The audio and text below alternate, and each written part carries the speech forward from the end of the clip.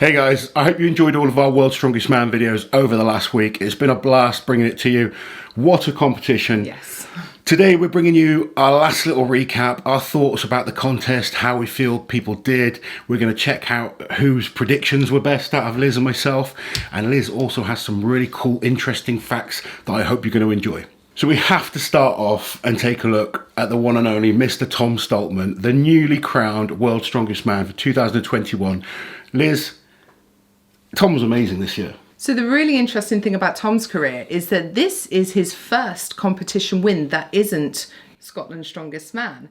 And what a bloody competition to win. He's had two major podiums, WUS Dubai and also World's Strongest Man last year. But this is his first big competition win that isn't his country's competition. Yeah, I mean, he's not actually even won Britain's Strongest Man yet. Not yet, no. But I think we're going to see a lot more podiums and a lot more victories for this man in the future. He's still a relatively young man. He's 27 years old. 27 years He's old. Very young. Coming into his prime.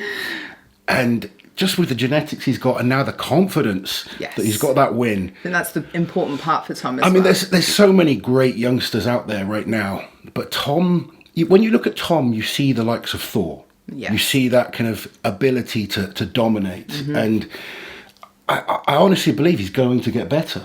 Yeah, oh yeah, I don't think we've seen peak Tom yet. I think we're still a couple of years away. And he also seems like someone that wants to stay involved in the sport. Yes. I don't think we're going to see a one win and go with Tom. God, no. He wants to be a multiple champion. Who knows how good he could do, but he's got a bright future ahead. Already the world's strongest man. You know he's going to want to win Britain's strongest man. He's going to want to win Europe's. I'm sure he's going to want to win every major title out there and prove that he's one of the best of all time. So looking at his performance at this year's competition, one thing that's really interesting is that Tom Stoltman did not win his group. No. Now, looking back, I can only find two other athletes who didn't win the group stages, but ultimately went on to win the title. And that was Mariusz Pudzianowski in 2002 and Jukka Ahola in 1997. Wow. So there you go. Because we were talking about, does doing the stone off hamper your chances of winning the overall title? So do you think that puts that argument to bed? Or do you think that just because Tom is so good at stones, it doesn't take it out of him like it might someone else? I think for Tom, he's that much better at stones. Yeah. When you look at his stone off, he had to do five. For him, not a huge challenge. If you've got to go absolutely to the well, I think it's going to affect you more. Obviously, when Mariusz and Jukka Ahola were second in their group, there wasn't that issue of a stone off back then. It was literally make sure your top two get through to the final. So I think not doing the stone off is still an advantage. Definitely. But when you're Tom Stoltman, you can do stones every day and still be okay. So let's take a look at the final performance, because it really was an incredible performance, particularly day one. Day one was crazy. I mean, day one, starting off with the medley, the yoke into the frame carry. Now, I've known for a long time that Tom is really good on the yoke. He hasn't been as good on things like the frame or farmers. Last year's farmers in the heats, he definitely improved. Yeah. But there's been a lot of performances from Tom in competitions in the past where he's really struggled on the frame. So his training, the coaching that he's been getting, the work that he's been putting in, really, really paying off, because he blitzed this time, smashing everyone on the loading. Awesome start. And I wasn't expecting it, if I'm honest. I thought he'll be top 5 in that, but to go out and win that first event, it just set the precedent for the contest. And I think you could just see the confidence in him grow. Yeah. Now, Titan's Turntable was a funny one because obviously it's a brand new event. And we don't see much pushing in Strongman. So it's very hard to say who might do well at this. Like, you can look at it logistically and think, oh, maybe the guys with the longest levers or the highest body weight. But really, we're just guessing. We don't really know how it's going to go. And in the past, Tom has struggled with events where he hasn't had a chance to practice the equipment, where it's something brand new to him. It can throw him a little bit, but not today. He went out and won. Well, it's very interesting. I spoke to Tom's coach yesterday, actually, and you'll see that that's coming out in a few days. But very interesting. I asked him about this event, and they really mimicked a real good way to set this event up. Oh, really? And, you've got to make sure you tune into that, because it was very, very interesting. I thought it was ingenious, to be honest. Really? And it shows that, that the coaching that he's been getting is helping him, and that just making sure you're well prepared for all these events makes such a difference. Yeah. And obviously, again, paying off, because I'm pretty sure most of the guys wouldn't have done what the Stoltmans did. And the last event for day one, the keg toss, I always thought this was going to be a battle between Tom and Brian. Absolutely impressive performance from Maxime to get himself in there. I heard that he was great at keg tossing, but with the height advantage of the other two, you thought they would come out on top. And if you haven't seen, go and check out the video. I think Kerry Shaw posted the video of Brian doing it. He could not have hit that last throw any better. Just managed to creep over. It's almost like it's like a high jumper kind of Frosby flopping over the bar. It was so perfectly timed. But again, 8.5 points for Tom. In day one, he had 28.5 points out of a possible 30. That is just the best start he could hope for. Day one was brilliant, but day two was actually where it got really interesting, because in training, Tom's log and deadlift has really been coming up, whereas we haven't seen as much of Brian in terms of deadlift, definitely. And Brian's best log was 211 kilos, I believe, and that was in 2017. So 4 years ago now, you know, it might have improved, but it might not be at that level. So we really wasn't sure what to expect going into this event. Now, we were all quite shook, weren't we, when Tom missed the 195. So apparently there was a little stumble or something. Maybe he was imbalanced. I think it's to do with the conditions more than anything. Yeah. I mean, not making excuses, but Tom's been hitting 210 pretty comfortably in training. You have to remember, when you're in a competition, you've already done a lot of events, you're not always going to... I think most of the guys were probably a little bit down on what they're capable of. Yeah. But the brightness kind of just left him a little bit dizzy. We saw it with Bobby Thompson going for the 215. Bobby was so close to that and then ended up passing out. These conditions they were competing in, very, very difficult, particularly for a man from Scotland. Yeah, he's not used to the sun. He's also 10 foot tall. He's up in the altitude. No excuses for Tom. He's not known as the best log lifter, no, but his log has improved tremendously, and he actually won the log at Worlds last year. So it shows how different events, are different. You can never predict anything. I did expect Tom to at least match or possibly beat Brian on this one. Yeah. But fair play to Brian. He came back day two and made this a contest. He really did. So Brian was able to close the gap by 2.5 points, taking it from 5.5 to a 3-point difference, and then into the deadlift.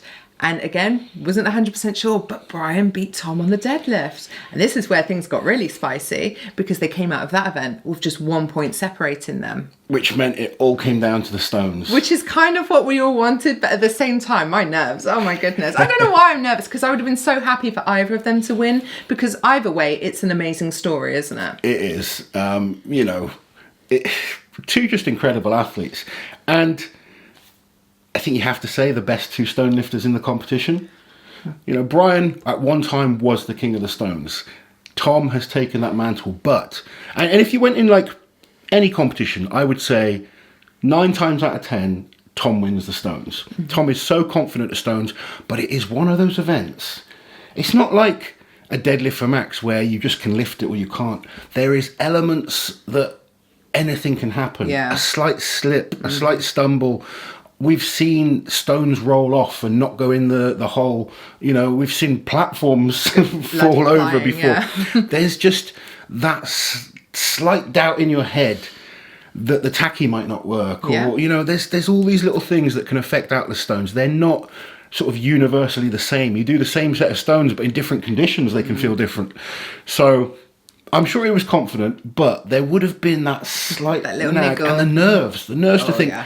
I could become the world's strongest man. Or I could lose it all. That pressure does affect things. So nothing was guaranteed.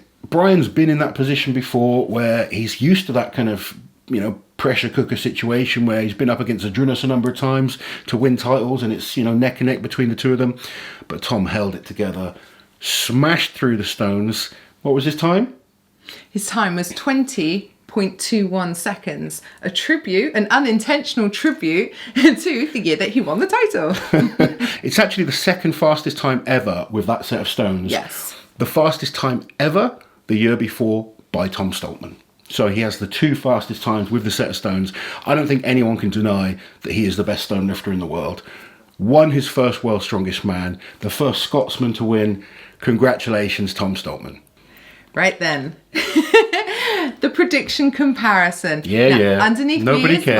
mine. Underneath Loz is Loz's. And in the middle here, we have what actually happened. So I came up with a scoring system because Loz was trying to claim that, we pretty much both got it. No, we bloody didn't. So the scoring system is... We both had 3 guys out of the top 5. Oh, hold on a second. Let's just score this. So, you're a competitor, aren't you?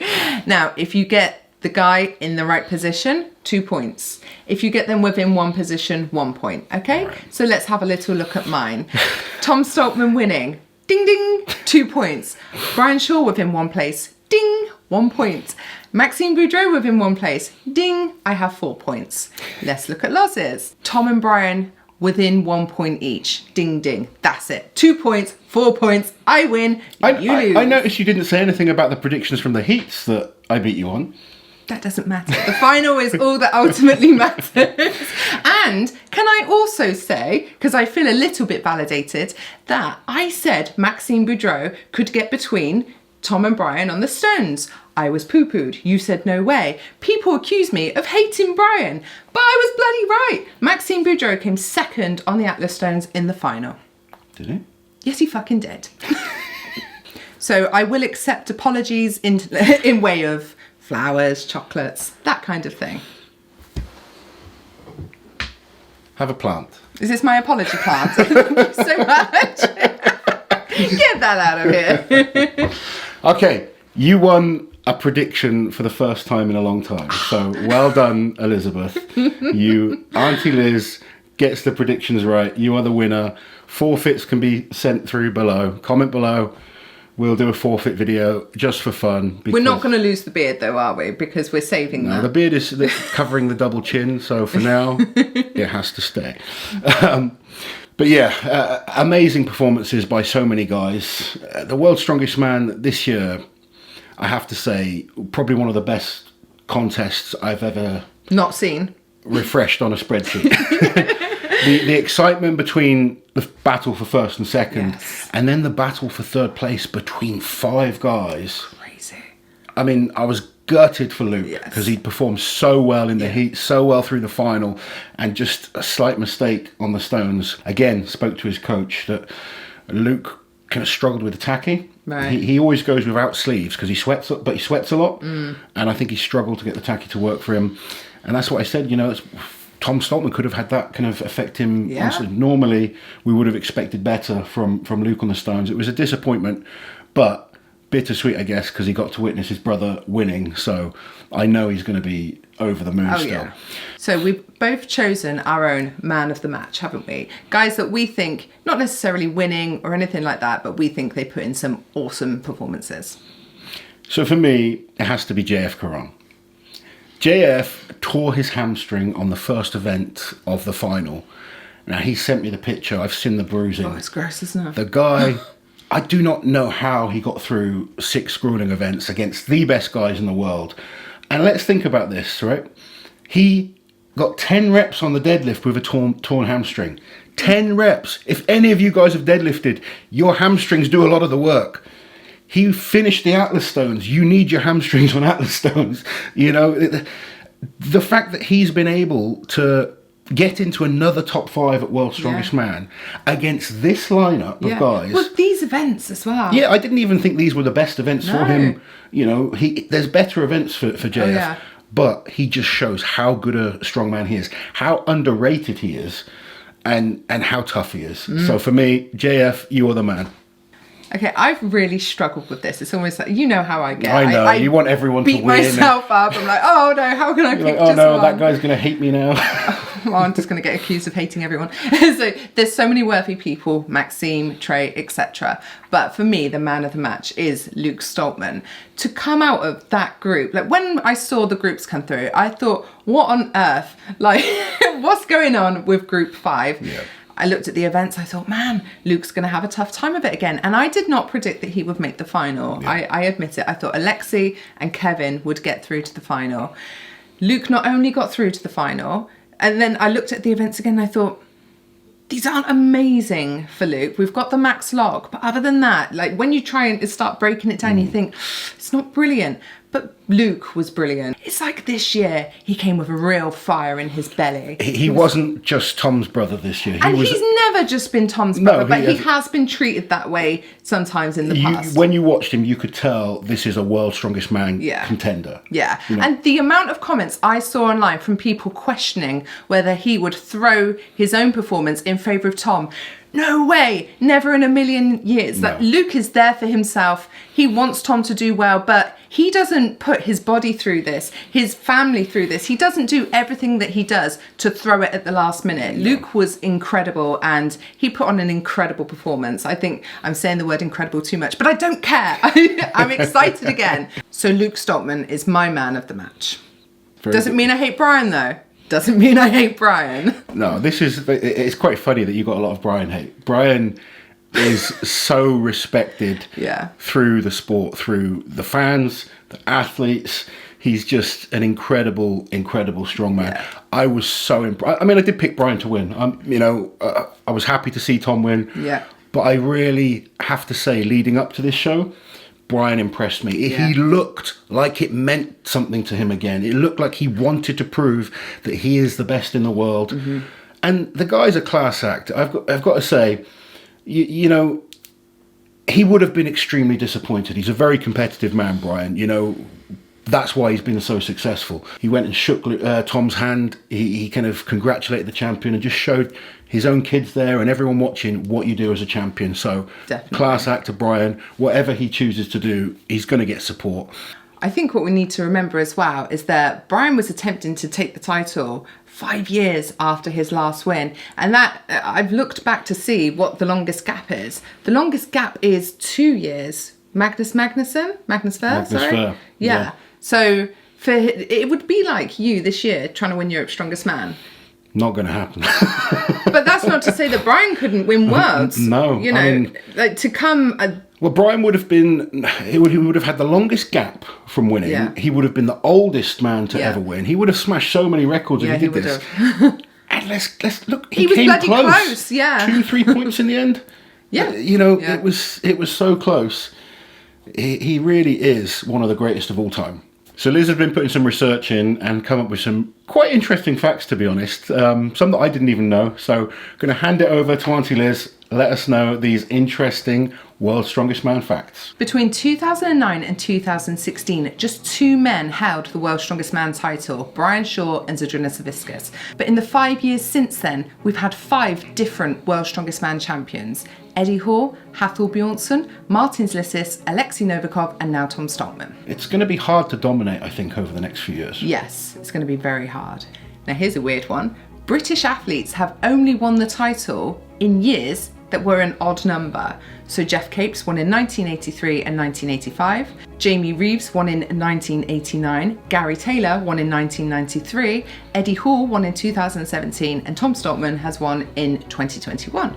That's quite interesting, isn't it? Bizarre. So in the last 2 years, we've had both Alexei Novikov and Maxime Boudreau make the podium in their first World's Strongest Man final. Now the last athletes to do that before them were Mikhail Kuklayev in 2010 and Derek Poundstone in 2008. Luke Stoltman lifted a 215 kilo log in the 2021 World's Strongest Man final. Only one man has a bigger log than Luke at World's Strongest Man finals, and that is Zydrunas Savickas in 2012, who lifted 220 kilos. I could have guessed that. Tom Stoltman won the first 2 events of the World's Strongest Man final this year.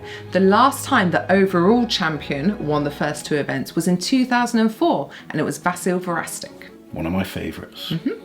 The World's Strongest Man has been held in America 15 times now, which is considerably more than any other country. But Tom Stoltman is the first British athlete to win the title on American soil. Interesting. And finally, Brian Shaw's second place finish at this year's Worlds means he now ties for the record of the most podium finishes at Worlds, 10 with Zydrunas Savickas. But he has the most finals at 13 and the most consecutive finals also at 13. Thank you for those, Elizabeth. That's quite all right. It's why I'm here. So I hope you guys enjoyed those facts. I hope you've enjoyed our recaps of worlds, the videos that we put out this week. We've really enjoyed it. We massively appreciate all the support from you guys. I think we've had like 13,000 new subscribers in the last week, which is just mental, and we're pushing towards that 100,000. So thank you all from the guys and you know, from all of you that have supported the channel right from the beginning to the ones subscribing today. It means the world to us. We're glad you enjoyed the videos we put out, and we will obviously have lots of strongman action coming up in the next few months. While you're here, guys, subscribe to the channel, hit that notification bell so you don't miss any of my awesome strength content.